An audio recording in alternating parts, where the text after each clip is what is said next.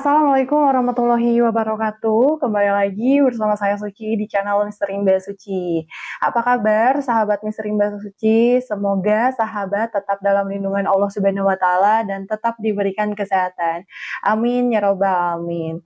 Baik sahabat Misteri Mbak Suci, menyambung dengan konten saya yang sebelumnya ya, yang kami publish kemarin itu sebelumnya terkait dengan perubahan raut muka saudara Danu ya, yang ceria usai jalani pemeriksaan di Polda Jabar pada tanggal 19 September 2023 minggu lalu ya, yang berbeda jauh dari raut muka waktu pemeriksaan sebelumnya ya. Dan bahkan kondisi ini pun juga jadi perhatian Bang Predi nih ya, dalam penuturan di kontennya beberapa waktu terakhir. Kira-kira apa yang disampaikan saksi Danu ke penyidik ya, sehingga raut mukanya Danu itu terlihat sangat ceria gitu ya. Seperti raut muka yang terlepas dari beban gitu sahabat ya. Mungkin sahabat juga sudah melihat video saya sebelumnya ya. Kalau sahabat yang belum nonton silahkan ditonton dulu. Jadi nanti nyambung nih sama video saya yang sekarang ini. Saya ya dan tim akhirnya teringat pada sesuatu hal gitu ya, suatu kejadian, dan bahkan sempat ramai jadi bahan perbincangan pada saat itu di media elektronik sahabat ya, dan YouTube khususnya. Di saat saksi Danu belum ada pendampingan pada saat itu ya, atau ada penasehat hukum saat itu. Bahkan ada yang mencuat pada atas pernyataan Danu ya, saat itu sempat diartikan sebagai bentuk framing pada saksi lain gitu. Nah, akhirnya saya dan tim berusaha hubungi seseorang nih sahabat.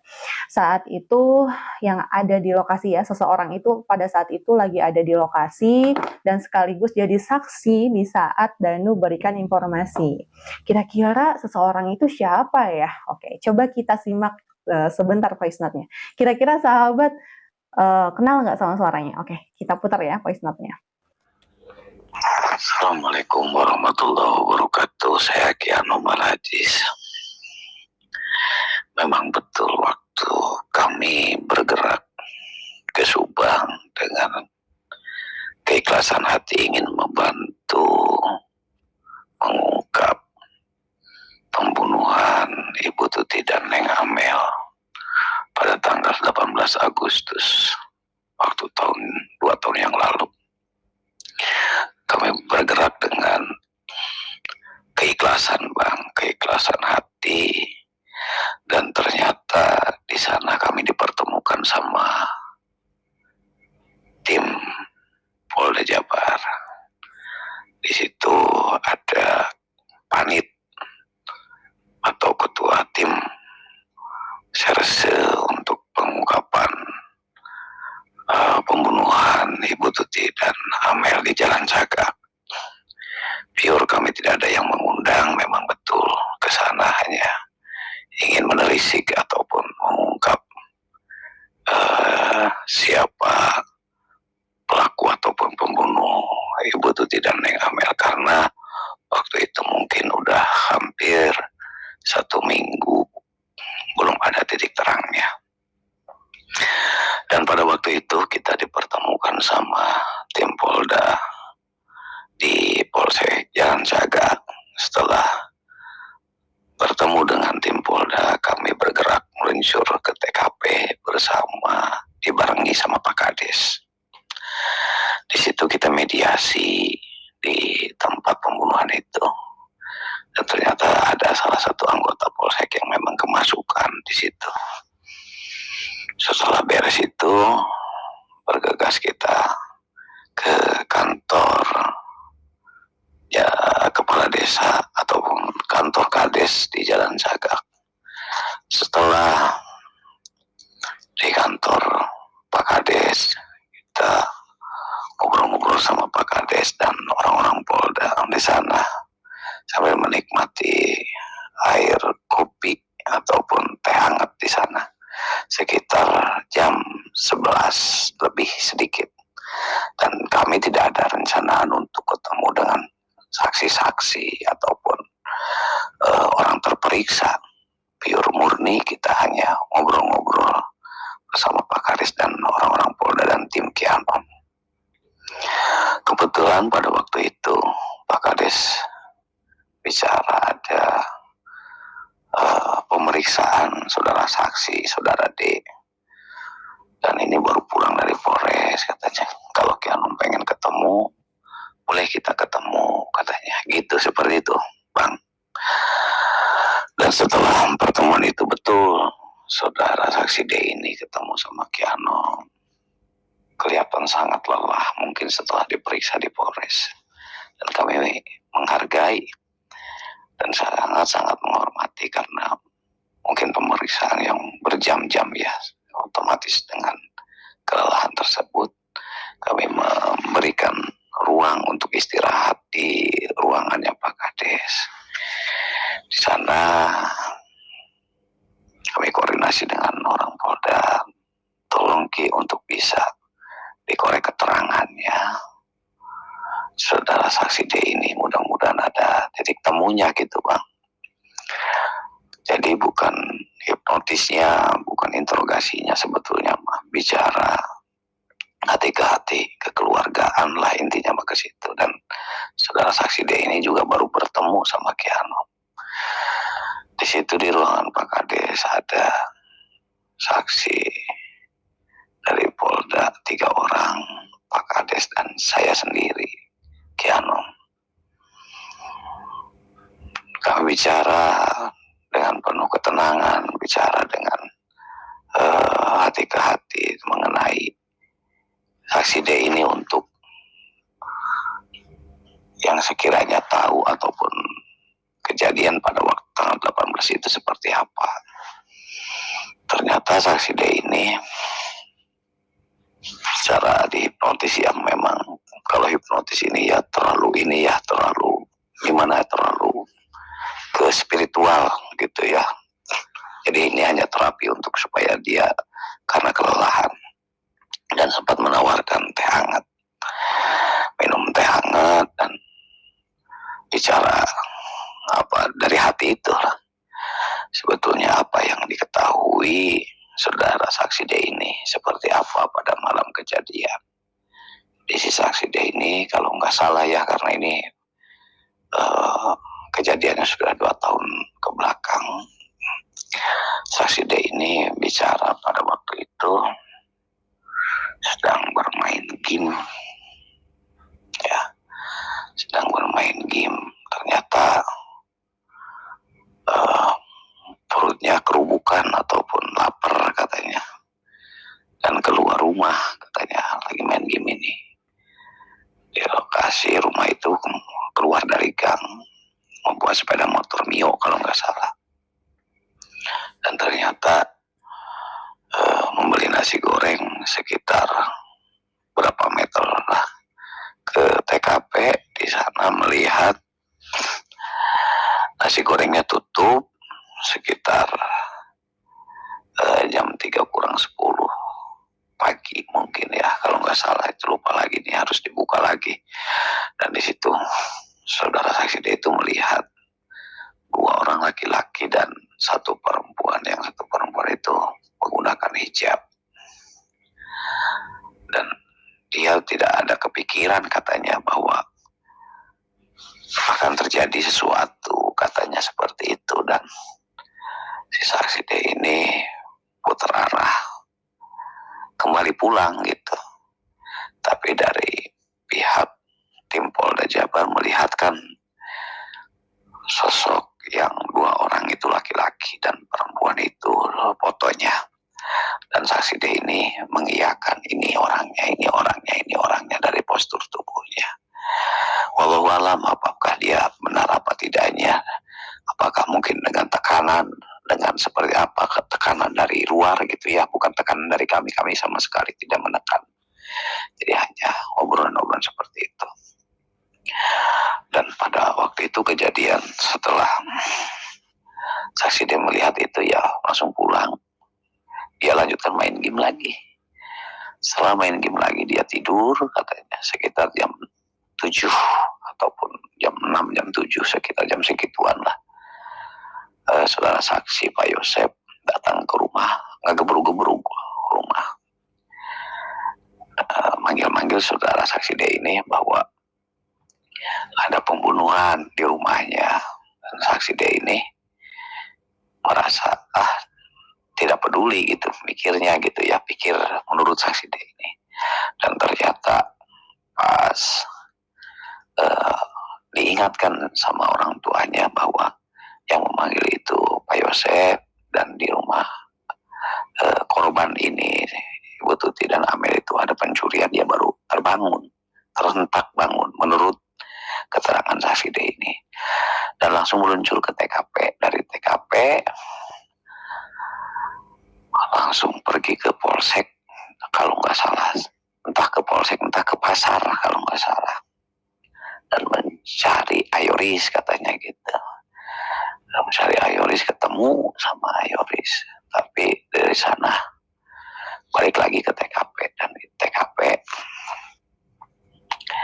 dia melihat dari kejauhan katanya, di kebun katanya, lihatnya dari kebun sebelah rumah gitu Bang, keterangannya. Dan setelah saksi D itu, malam itu kita ngobrol bareng ya, bukan interogasi tapi ini ngobrol bareng tentang kejadian di waktu tanggal 18. Kami mencoba untuk istirahat karena lelahnya, waktu itu kan kita sama-sama lelah, dari Polda lelah, Pak Kades juga lelah, Pak Kades pulang. Kami ada yang menawarkan yaitu rumah di tempat Kang Ooy, di rumahnya Kang Ooy Pak Kaur kalau nggak salah, untuk istirahat. Kami orang Polda dan tim kami Kianom pada istirahat di rumahnya Pak Kaur itu. Saksi D juga ikut tidur di sana, ikut istirahat, cuma tidurnya kayak nggak nyaman gitu ya.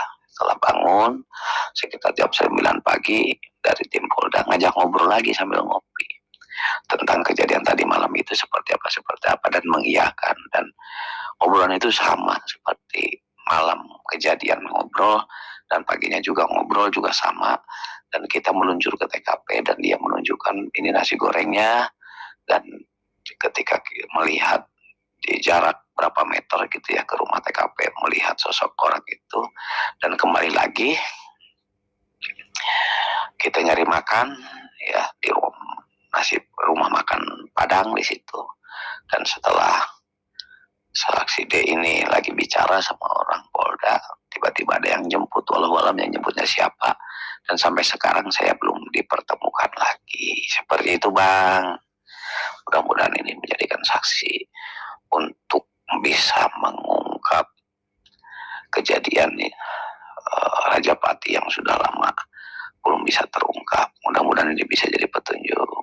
Itu aja keterangan Kianom, setahu Kianom, dan sejujur-jujurnya tanpa ada tambahan yang lain-lain. Kalaupun video rekaman, kebetulan video rekaman itu ngedadak tidak ada gitu. Jadi kalau untuk saksi, insya Allah Pak Kades juga menyaksikan, ikut ngobrol bareng. Dari tim Polda ada 3 orang, 4 orang sama panitnya gitu ya, ngobrol di situ. Dan untuk tempat tidur Pak Kaur ataupun Kang Ooy juga mungkin dia tahu karena kita juga tidur nginap di sana gitu ya. Dari saksi Kianom juga, tim Kianom juga ada, jadi banyak kalau saksi mah. Tapi kalau bukti rekaman memang tidak ada. Cuma kalau saksi betul kita ngobrol bareng ya banyak lah saksinya. Itu aja, terima kasih Bang Wawan, sehat, Bas sehat, berkah semuanya. Assalamualaikum warahmatullahi wabarakatuh. Demi kasus Subang ini, saya baru datang pulang Subang, baru nyampe Kuningan. Bang Wawan meminta keterangan ini, insya Allah saya berikan keterangan ini dengan validnya. Itu aja Bang ya, terima kasih, selamat malam. Nah, itu tadi dia ya, sahabat ya, voice note-nya ya. Kira-kira sahabat kenal nggak suara siapa ya? Ya, betul sekali. Itu adalah suara Kianom Al-Aziz yang dengan jelas ya menceritakan apa yang dialami dan didengar di saat bersama saksi Danu dan disaksikan beberapa orang di kantor desa Jalan Cagak ya, yang sebenarnya tidak ada rencana pertemuan tersebut, khususnya dengan saksi Danu. Sesuai penjelasan Ki Anom tadi ya, saya simpulkan. Yang pertama, saksi Danu membuat keterangan jika pada hari kejadian di tanggal 18 Agustus 2021 jam 03.00 WIB melihat di TKP ada beberapa orang sahabat ya. Yang menjadi menarik bagi kami dan tim, apakah hasil investigasi kami di tanggal 16 September 2023, beberapa hari sebelum pemeriksaan di tanggal 19 September 2023, yang dalam hasil investigasi kami dapatkan info jika ada orang yang mendengar suara teriakan, ya suara jeritan sahabat, di sekitar pukul 03.00 WIB saat lewat TKP. Ada hubungannya dengan keterangan saksi Danu ini? Ya, hanya penyidik yang mengetahuinya. Wallahu alam ya sahabat ya. Lalu saksi Danu tidak menyebut nama sosok yang dilihat di TKP, hanya menyebut 3 sosok ya, 2 pria dan 1 wanita. Wanita tersebut menggunakan hijab ya. Jadi Danu ini diperlihatkan foto ya oleh petugas dan dibenarkan orang yang dilihat Danu di lokasi sama dengan foto tersebut. Ya, berarti yang tahu siapa orangnya hanya Danu dan petugas yang di lokasi saat itu. Dan yang sempat beredar dalam pemberitaan YouTube saat itu ternyata keterangan Danu itu pun akhirnya berubah ya, hanya dalam kurun waktu 1 kali 24 jam yang disampaikan saksi Danu bahwa cerita tersebut bohong dan hanya karangan belaka karena saat itu Danu sudah kecapean kan ya. Katanya Danu kan emang habis diperiksa ya di Polres pada saat itu. Terus akhirnya beberapa jam sebelum ketemu Ki Anom di kantor desa Jalan Cagak, terus akhirnya ketemu gitu kan. Terus ya udah, waktu itu pun juga sempat saya tanyakan terkait hal itu sama Danu off cam sahabat, dan memang Danu juga bilang iya emang ngasal aja, ngasal ngomong gitu. Danu juga bilang kayak gitu. Nah, kembali lagi dengan pembahasan awal ya sahabat, terkait perubahan ekspresi wajah dari saksi Danu yang sudah dibenarkan juga oleh Bang Freddy dalam kontennya, dan yang tidak lebih menarik lagi sahabat, dengan ada yang dikatakan Kang Heri dalam live streamingnya 1-2 hari usai pemeriksaan saksi Danu di tanggal 19 September 2023, dan bahkan sudah direupload juga oleh Bang Freddy. Ada statement Kang Heri yang menarik nih, yakni bahasanya yang pertama, dengan penuh keyakinan insya Allah kasus Subang akan segera terungkap. Ya. Yang kedua, kalau seandainya saksi-saksi yang dibantu, siapapun harus dibantu. Tapi kalau seandainya saksinya, misalnya ada saksi yang tidak jujur dan yang dicurigai, terutama saksi yang tidak jujur, mungkin saya bisa mengambil sikap dan ingin menunjukkan objektivitas pada teman-teman semua. Ya, nah ini menurut Kang Heri nih ya yang di live-nya itu. Nah, lalu yang ketiga, statement Kang Heri begini nih. Dan ada satu kalimat yang Kang Heri sampaikan ya, dan tak kalah lebih menarik lagi, yakni jika selama ini dampingi saksi Danu dalam tiap pemeriksaan, namun bukan berarti percaya sepenuhnya pada Danu. Jadi misalkan saksi dianggap tidak jujur dan berbuat berbohong, saya tidak menutup kemungkinan akan meninggalkan karena masyarakat Indonesia kini sudah sangat butuh kejujuran.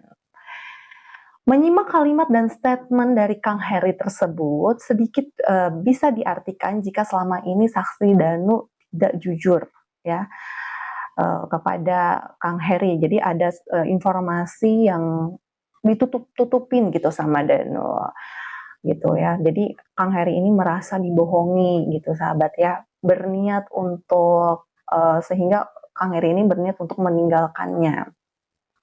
Apakah dengan pertanda selama ini kurang lebih 5 hari sesudah pemeriksaan Danu yang di tanggal 19 September 2023, Kang Heri tidak ada upload video vlog tentang kasus Subang atau dengan narasumber Danu. Apakah ini pertanda niatan Kang Heri akan diwujudkan? Hanya Kang Heri dan yang tahu pastinya ya. Wallahu alam ya sahabat ya. Terus kejujuran apakah yang disampaikan Danu pada penyidik? Apakah benar seperti apa yang kami duga di awal terkait